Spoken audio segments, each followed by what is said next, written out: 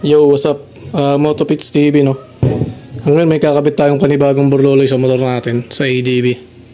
Pwede to sa 150 saka 160. Itong nabili lang natin sa online, no? Yung tinatawag na headlight grill protection para sa headlight natin para di mabasag. So, ikabit muna natin siya, guys, no? Bali, ito yung mga kailangan nating tornilyo pang kabit, no? Bali, itong washer na mababa, dalawa. Tapos itong stock na tornilyo natin sa pairings, dalawa yung tatanggalin natin dun.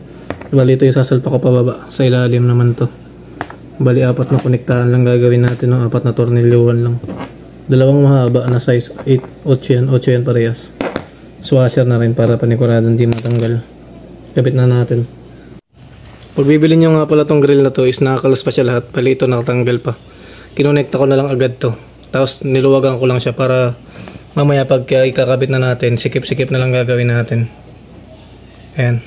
Bali, ikabit na natin, guys.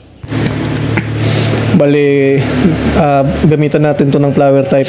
Itong screw na to, no? Maliit lang. Ayan, pagtapos nyo nga pala siya luwagan,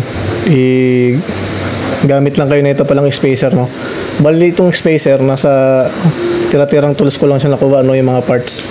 Galing siya dun sa axle na spacer ko, no? Kasi yung stock na spacer na itong headlight grill na to is masyadong mahaba and nababaduyan ako tignan. So, naghanap ako ng spacer na mas maganda. And mas napili ko tong spacer na to, no?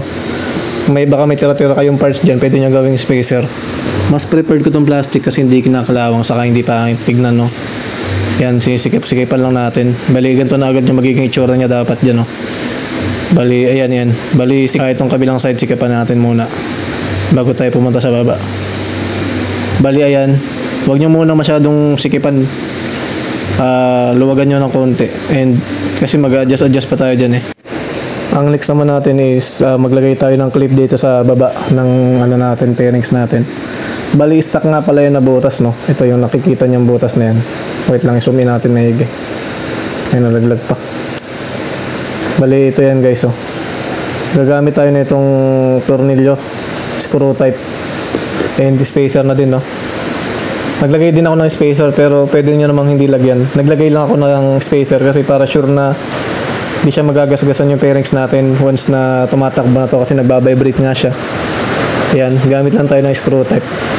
Sinalpa ko muna yung clip dyan. Nilagyan ko ng spacer, saka naglagay ako ng screw type na na screwdriver, no, para mas madali siyang i-install. Kasi pag naglagay kayo ng mga nut dyan, hindi siya kakasya, hassle siya, saka mahirapan kayo ilagay. Bali, ito yung pinaka-discarte talaga dyan, guys. Ito yung screw type na yan. Tapos may clip din na pinakita ko sa inyo kanina. Ayan, bali, yan yung magiging final look niya, guys, no. Ganda niya, no. Pwede nyo siyang i-adjust, no. Luwagan nyo muna siya. Saka nyo muna sikipan pagka kontento na kayo dun sa looks niya, no. So, ayan, guys. Huwag nyo nakalimutan mag-like and subscribe para updated kayo sa video natin. Thank you, guys.